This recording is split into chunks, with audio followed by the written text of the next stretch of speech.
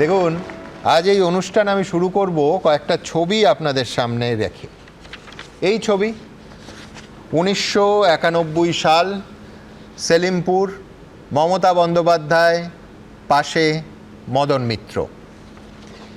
কালকেই ঘটনাচক্রে এই অনুষ্ঠানে যে ঐতিহাসিক ব্রিগেডের কথা বলছিলাম, সেই ব্রিগেডের বিপুল জনসমাবেশ এবং যেখানে বামফ্রন্টের মৃত্যু ঘণ্টা বাজানো হয়েছিল 1992 সালের 25শে নভেম্বর, ঐতিহাসিক সেই ব্রিগেড যেখানে মমতা বন্দ্যোপাধ্যায়ের পাশে মদন মিত্র।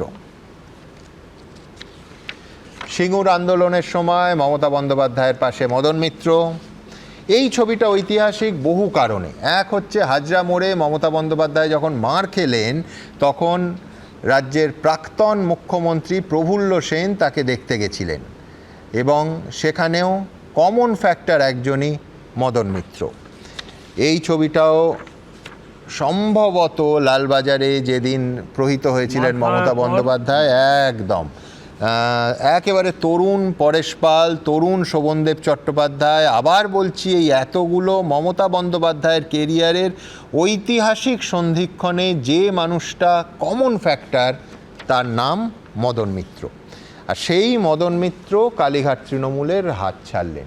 দেখুন, প্রথম প্রশ্ন মদন মিত্রের কাছে কি হওয়া উচিত? অবশ্যই একটাই, ক্ষমতা আউট, বিবেক ইন।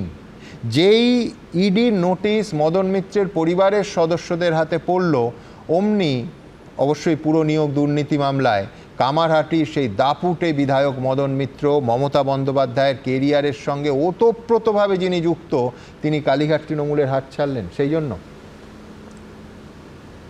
দেখো, আমি বলেছিলাম আমি তৃণমূল ছাড়ব না।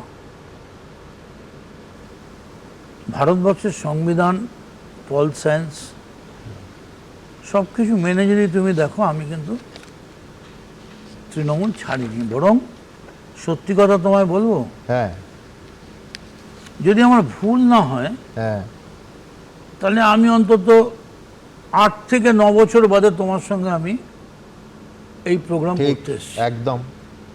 কখনো তো জিজ্ঞেস করো না, মোহনদা তুমি কেন আসো না? এর কারণ হতে পারে তোমায় দেখতে খারাপ, তোমার রং কালো, তোমার ক্যামেরা ভালো আসে না, তুমি বলতে ভালো পারো না। কিন্তু এর কোনোটাই প্রযোজ্য নয়। প্রযোজ্য কি, তৃণমূল কংগ্রেসে কে যাবে না যাবে, যে যাক যাক, মদন মিত্র যাবে না। আচ্ছা। কারণ মদন মিত্র যদি যায়, হ্যাঁ, তাহলে অনেকের ইতিহাস ইতি হয়ে যাবে। আজকে দেখেছো কিরকম হাসতে হাসতে এসছি? কেন বলো তো? আজকে তো ভরসাহীন, ভয় আউট। আচ্ছা। তো এই ভরসাটা কে দিল? শুভেন্দু অধিকারী। কিরম লাগছে মমতা বন্দ্যোপাধ্যায় আপনার? আমি আপনাকে অপমান করছিলাম। আচ্ছা। আপনার কখনো মনে হয়নি হ্যাঁ, যেদিন আপনাকে প্রণববাবুরা অপমান করতেন, সোমেন মিত্ররা অপমান করতেন, সিদ্ধার্থরা অপমান করতেন, আপনারটাই অপমান? আর আমাদের কুকুরের মতো ব্যবহার করতেন, সেটা অপমান নয়?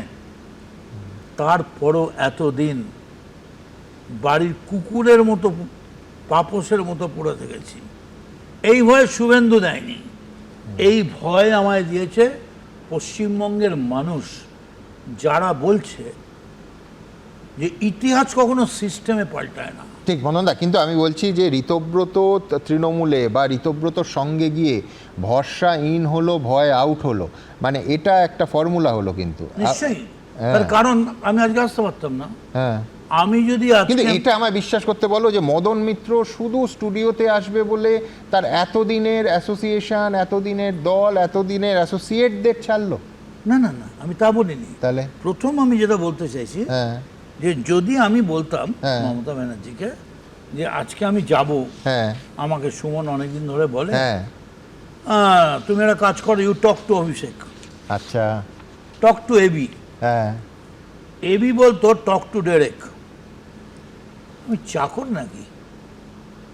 ওদের থেকে বেশি পয়সার মাইনের চাকরি করতাম আমি। জেনারেল ইন্স্যুরেন্সের আমি ডিভিশনাল ম্যানেজার ছিলাম ইস্টার্ন ইন্ডিয়ার। কিন্তু আজকে আমাকে যখন বলেছে তোমাদের লোক, হ্যাঁ, আমি বললাম তুমি একবার ঋতব্রত আর ওই স্বর্ণদার ছেলেকে জিজ্ঞেস করে, হ্যাঁ, সন্দীপন। মানে ভদ্রতা। হ্যাঁ, হ্যাঁ, ওরা মানে প্রায় লজ্জায় মাটিতে লুটিয়ে পড়ে। মদনদা যাবে আনন্দবাজারে বলতে ঘন্টাখানেক সঙ্গে, সেটা আমার জিজ্ঞেস করছে। আর না না, তার জন্য না, এটা দলটা তোদের, হ্যাঁ। এটা আমার ভদ্রতা।